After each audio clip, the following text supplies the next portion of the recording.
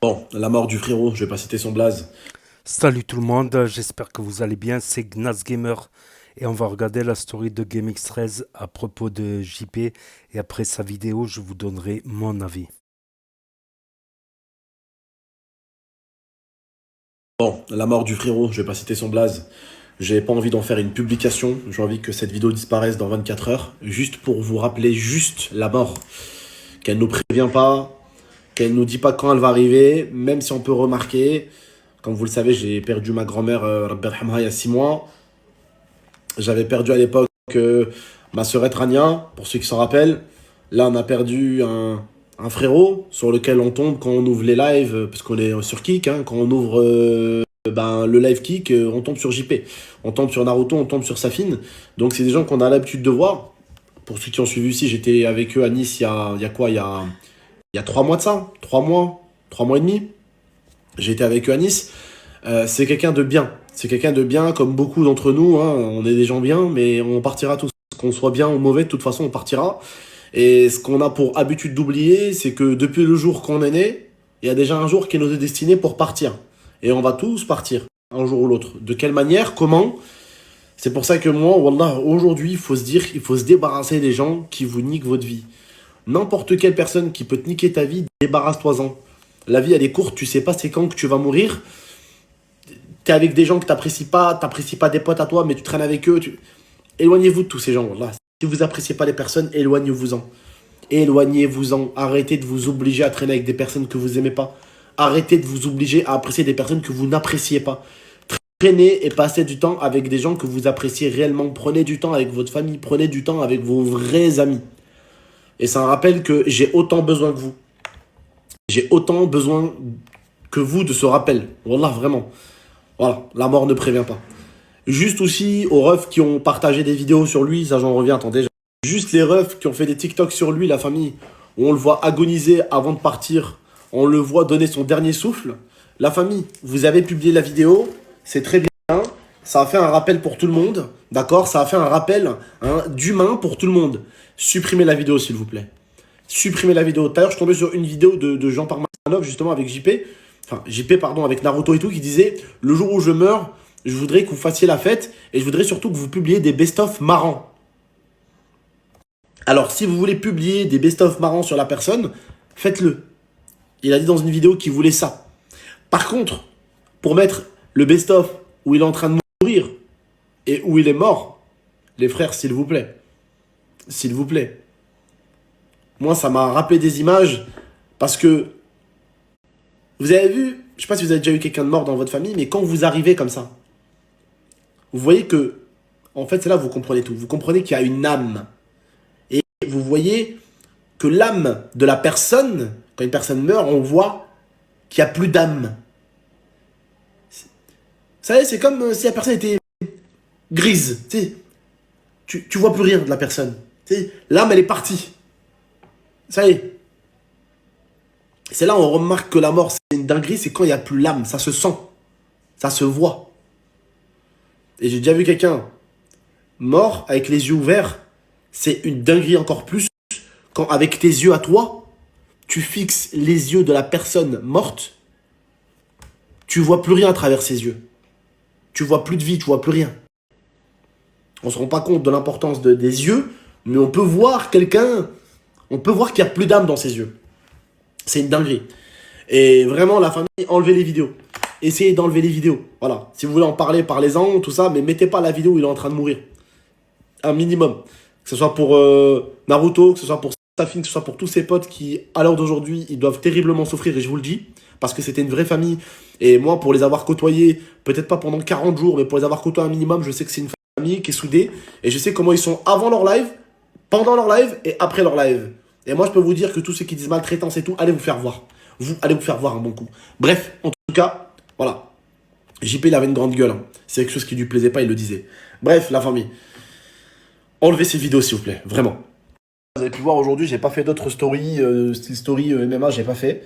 J'ai fait aucune autre story parce que ben ça me heurte.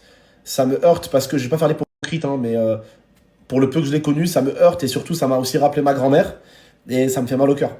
Ça me fait mal au cœur parce que c'est quelqu'un de bien, c'est quelqu'un d'adorable et ça me fait terriblement mal au cœur. Ça me fait vraiment mal au cœur et ça me rappelle vachement ma grand-mère. Vraiment, pour de vrai. C'est pour ça que je me voyais mal poster en fait des TikTok joyeux ou des vidéos joyeuses aujourd'hui. Et pas parce que oui, on est les meilleurs amis avec JP, c'est faux, ça serait vous mentir. On se parlait, on échangeait, on s'est vu. Voilà, on s'est même vu avec TK à l'ancienne avec JP. Donc voilà. Mais ça m'a aussi rappelé ma grand-mère. Donc ça m'a rappelé vachement ma grand-mère aussi et ça m'a vachement fait mal au cœur. Donc je me voyais mal publier des vidéos marrantes. Mais vraiment, s'il vous plaît, pour ceux qui ont mis des vidéos de lui, s'il vous plaît, les frères, essayez de les enlever au maximum, s'il vous plaît. Vraiment. Faites ça pour lui, faites ça pour son âme, faites ça pour vous, faites ça pour sa famille, faites ça pour ses potes. Naruto, sa fille et tout. Faites ça, s'il vous plaît. Enlevez vos vidéos, s'il vous plaît. Si je peux vraiment vous demander un truc, la famille, enlevez vos vidéos, s'il vous plaît. Ayez un peu de compassion. Dites-vous que ça aurait pu être votre frère, ça aurait pu être votre père, ça aurait pu être votre mère qui est filmé en train d'agoniser dans un lit. Est-ce que vous aurez aimé que j'en partage? Absolument pas. Le rappel est passé auprès de tout le monde. Supprimez la vidéo. Sa mort nous a... C'est un mec d'internet, ça rappelle que la mort, elle est toujours là. Elle est omniprésente. Au-dessus de la tête de chacun d'entre nous. Je vous fais cette vidéo aujourd'hui. Demain, je peux mourir. Je vous fais cette vidéo aujourd'hui. Il est 22h41. À 47, je peux être mort. On sait pas. Mais supprimez s'il vous plaît la vidéo. Supprimez-la. Merci à ceux et celles qui le feront en tout cas. Supprimez ces vidéos. Bon, en tout cas, voilà. Dernier mot, juste profitez de la vie. Soyez avec des personnes que vous aimez. Kiffez votre life. À tout moment, on peut partir. À tout moment, on peut partir. Et à tout moment, je vous dis, ça va trop vite. Regardez ma grand-mère. Elle était encore dans le lit d'hôpital la veille. Je lui fais un bisou. Je lui dis à tout à l'heure. Je reviens te voir. J'étais en live. J'étais en live sur Kik. Il était 6h30 du matin. Ma cousine elle m'appelle. Elle me dit Abdel, viens vite à l'hôpital. Pourquoi? Grand-mère, elle est partie. Le plus compliqué, quand tu perds quelqu'un, c'est déjà ce premier mot-là qu'on te dit qu'elle est partie, la personne. Tu vas à l'hôpital. Tu la vois qu'elle est partie. Tu touches ses mains deviennent dures. Tu lui fais un bisou au front, le front devient froid. Tout se rétracte. C'est un truc de fou. Et après, les moments les plus durs, c'est quand on joue avec ton corps. C'est une façon de parler. Mais quand on joue avec ton corps, on met ton corps dans un frigo. Donc tu passes une nuit dans un frigo avec d'autres personnes mortes. On te sort du frigo pour te montrer à ta famille. Le lendemain matin, tu reviens. On te ressort du frigo pour que ta famille revienne te visiter une deuxième fois. Après, moi, il y a eu quoi? Après, il y a eu le corps de ma grand-mère. On l'a pris. On l'a mis dans un véhicule. On l'a ramené pour faire salat Geneza. Le lendemain matin de la salat Geneza, elle est repartie encore une nuit. Et puis le lendemain matin, direction l'aéroport Saint-Exupéry à Lyon. Pour tout de suite, la famille allait la ramener dans un véhicule, la monter dans l'avion, la ramener en Algérie. En Algérie, le véhicule est arrivé. Il pleuvait en Algérie. Il ne pouvait pas l'enterrer le jour même. Donc elle a dû encore passer une nuit. C'est une dinguerie. C'est une dinguerie, la famille. Surtout pour nous, des fois aussi qui sont algériens, marocains et tout, qu'on va être rapatriés, c'est compliqué. Voilà. Faites attention à vous. Profitez de la vie. Profitez de la vie. Allez, bisous. Je vous laisse. Donc voilà, c'était la story de GameX13 et c'est vrai que voilà, tout peut s'arrêter du jour au lendemain, c'est chaud quand même. Voilà, c'est chaud. Il a dit des choses intéressantes, notamment à ceux qui ont publié la vidéo de JP dans le lit. Tu vois, c'est petit. Voilà, surtout si sa famille dit de retirer ça, tout ça. J'aurais pu reprendre, recopier la vidéo et la mettre, mais moi, j'ai pas envie de me rabaisser aussi bas. Voilà, j'ai pas envie de me rabaisser aussi bas. Je préfère faire une petite vidéo réaction intéressante comme ça pour dire mon propre avis. Après l'avis de GameX13, de Abdel. Voilà, parce que des fois ça fait du bien aussi d'en parler. Voilà, et il a dit quelque chose aussi qui est vrai aussi. Se débarrasser des mauvaises personnes. Voilà, se débarrasser des mauvaises personnes. Ne pas s'obliger à traîner avec certains parce que ça fait fun, parce que ceci, cela, voilà. Si vous vous sentez pas bien avec des gens, restez pas avec eux, voilà. Restez pas avec eux. Comme le célèbre dicton dit, mieux vaut être seul que mal accompagné. Mieux vaut être seul que mal accompagné. Et c'est vrai que JP, il avait dit, ouais, si je devais mourir dans une vidéo qui traîne un peu sur tous les réseaux, si je vais, ne mettez pas les vidéos où on s'embrouille, tout ça, où il y a la hagra, tout ça, mettez que les vidéos des bons moments. Faites que des best-of, des bons moments de joie ensemble, tout ça. Eh ben, c'est pas trop le cas. Et je suis tombé des nues. Je suis resté choqué dernièrement parce que voilà. Je vais vous dire la vérité, je vais pas trop sur Kik. Des fois, j'allais sur Kik sans avoir fait un compte, juste des fois pour regarder le live de GameX13.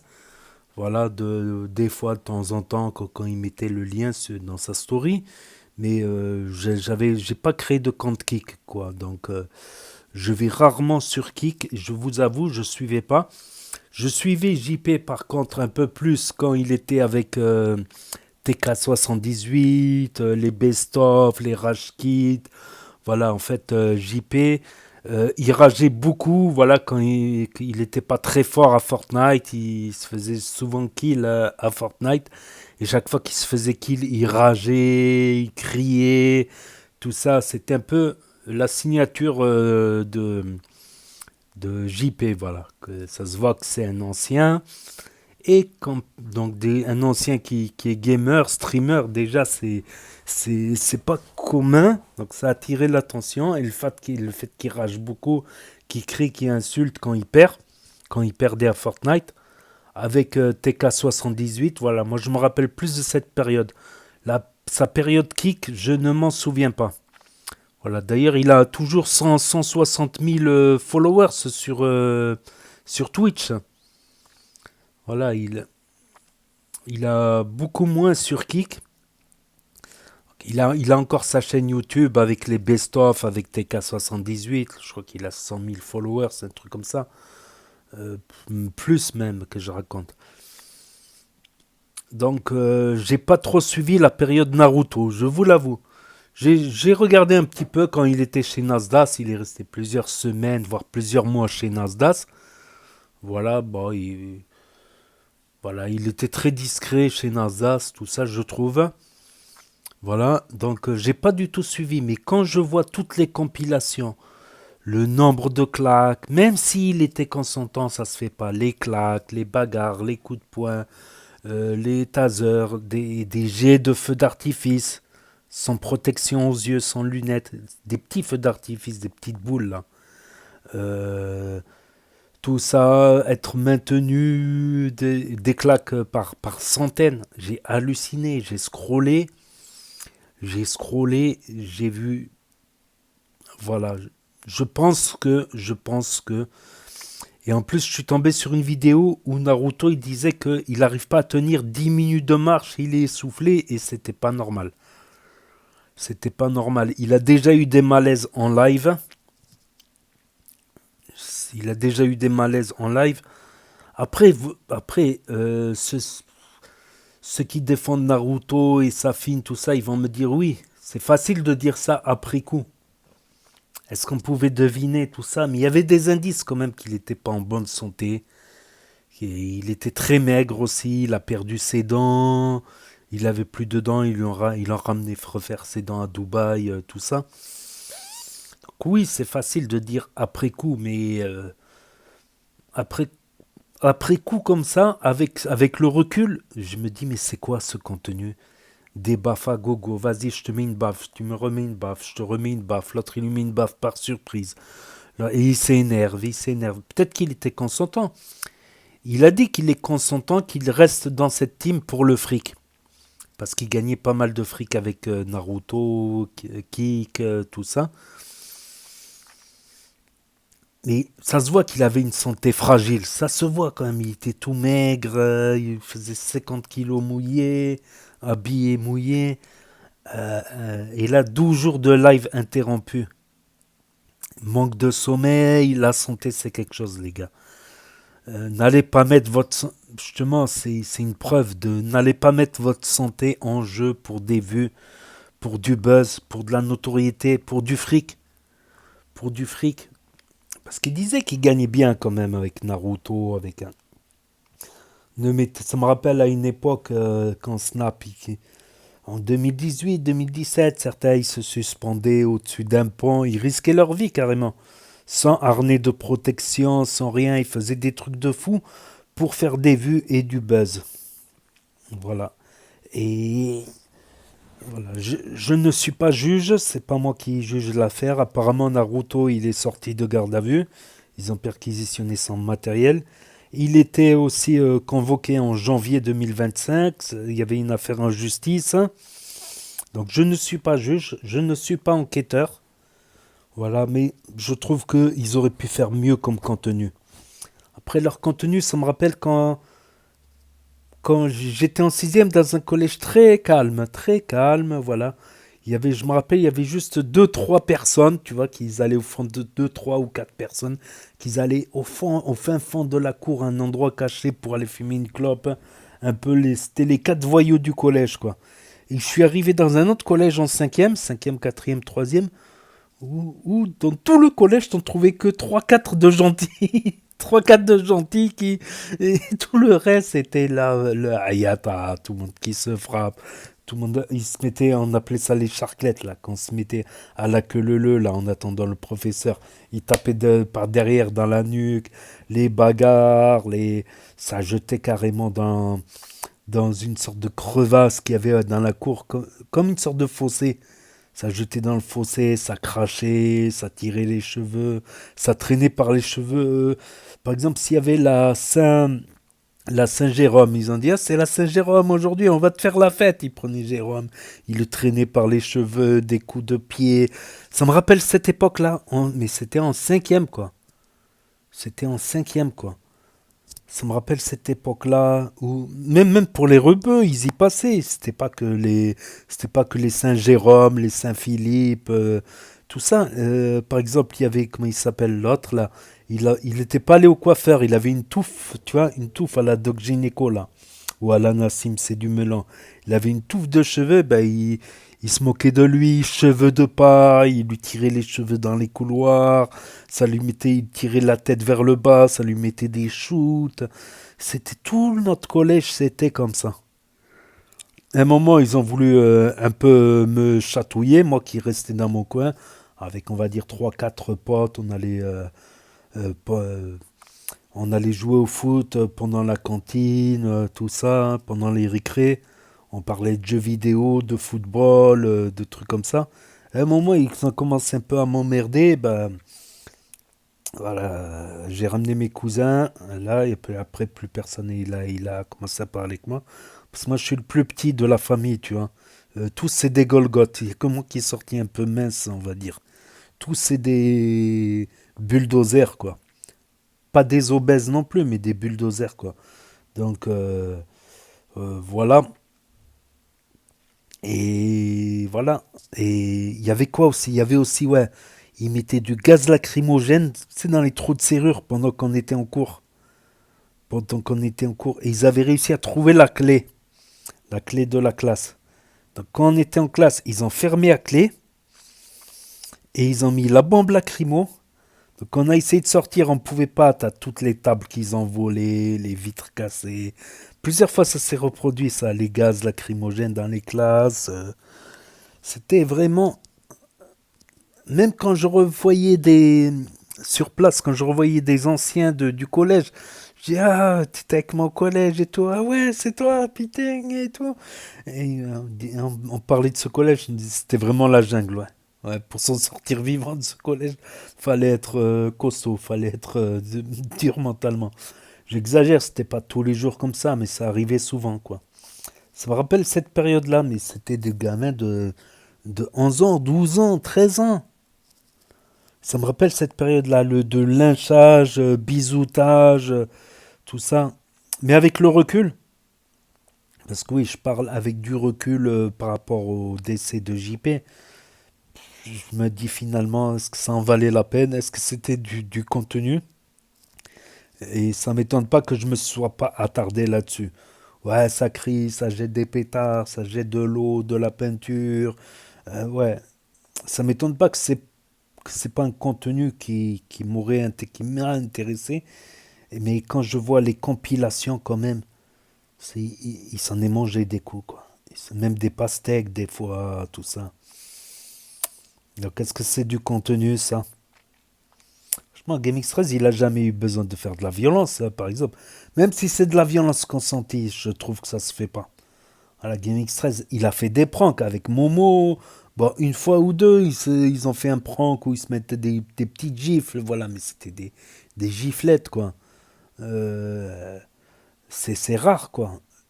Tu regardes sur la chaîne de GameX13, il y a, je sais pas, des milliers, des dizaines de milliers de vidéos. Il n'y a jamais eu trop de violence, quoi. Juste une fois, il s'est embrouillé Momo dans le jacuzzi, dans un challenge jacuzzi. Et ça relance, moi, ça me relance la question sur les 12 heures, 24 heures de live, 48 heures de live. Ben oui, forcément, ça fait des vues. Même les gens, ils sont étonnés. Ils font, ah, il est en live, il dort, comment ça se fait? Et ils discutent entre eux dans le chat. Du coup, ça ramène du monde. Ça fait des vues. Un live qui a 48 heures, il fera plus de vues qu'un live qui a 5 minutes, quoi, bien sûr. C'est compris. Mais est-ce que c'est. Il faut dormir, quoi. La santé, c'est. On en a qu'une, hein. La santé, on en a qu'une. Et quand t'as un live qui est enclenché, tu dors pas normalement, tu vois. C'est des fois, tu te réveilles, tu penses au live. Tu dis, ah, il y a le live et tout. Tu regardes, tac, tac. Tu dis, ah ouais, il y a le live qui est en cours, ouais. C'est-à-dire que plusieurs fois, ça va te réveiller le fait d'être en live. Tu vas pas dormir sereinement comme si t'as éteint ton PC, t'as tout éteint, t'as mis ton smartphone en mode avion. Ouais, ben, il y a des gens, ils sont capables de t'appeler à 3 heures 4 heures du matin. Ouais, je suis à l'autre bout du département, je suis en galère, tu peux pas venir me chercher, je te jure, je te donne 10 euros. Je m'en fous de tes 10 euros, putain. Je te jure, 4 heures du matin, 3 heures, ça appelle. Euh, voilà. Mais moralité de l'histoire, il a pas tort quand même, ce qu'il a dit GameX. Restez pas avec des mauvaises personnes. Ne vous forcez pas à rester avec des personnes que vous n'appréciez pas. Profitez de la vie. La vie, ça tient à rien. On est parfois rien. Moi aussi, j'ai perdu ma grand-mère, mes deux grand-mères maintenant. Ça m'a fait très très mal aussi. Je comprends, ma grand-mère elle me gardait quand j'étais petit, tout ça, tout ça. Donc, c'était comme une deuxième mère. Voilà, je dis pas l'autre grand-mère. Voilà, c'est quand même. Voilà, d'ailleurs, j'ai même arrêté de fumer en voyant une personne mourir dans un train parce que je me suis dit merde, on est tout à la fois et on n'est rien du tout. On peut être tout, une célébrité, une star, tout, et à la fois on est si fragile, on peut partir. Je me suis dit, mon grand-père il a eu un cancer, mon oncle il a eu un cancer, dès que plein de cancers dans la famille, je me suis dit j'arrête de fumer. Je vapote, selon les études scientifiques britanniques, c'est 95% moins dangereux. C'est pas sans danger non plus, mais c'est moins dangereux. C'est une bonne alternative parce que sans ça, j'arrive pas, voilà. Sans ça, j'arrive pas à arrêter. Enfin bref, on est tout et rien à la fois. On est tout et si fragile. On est si fort que ce soit à la bagarre, à la tchatch, dans le clash. On est si fort, si intelligent parfois, ou intelligent, et on est si fragile, finalement. Enfin bref, voilà ce que j'avais à dire, tout simplement. Donc, je vous dis à bientôt pour de nouvelles vidéos. Je suis surtout sur la chaîne ActuYTB2. Voilà, c'est ma chaîne principale maintenant. Je fais des compilations de stories d'influenceurs, je réagis dessus, tout ça. Réaction. Allez, tchuss, à plus.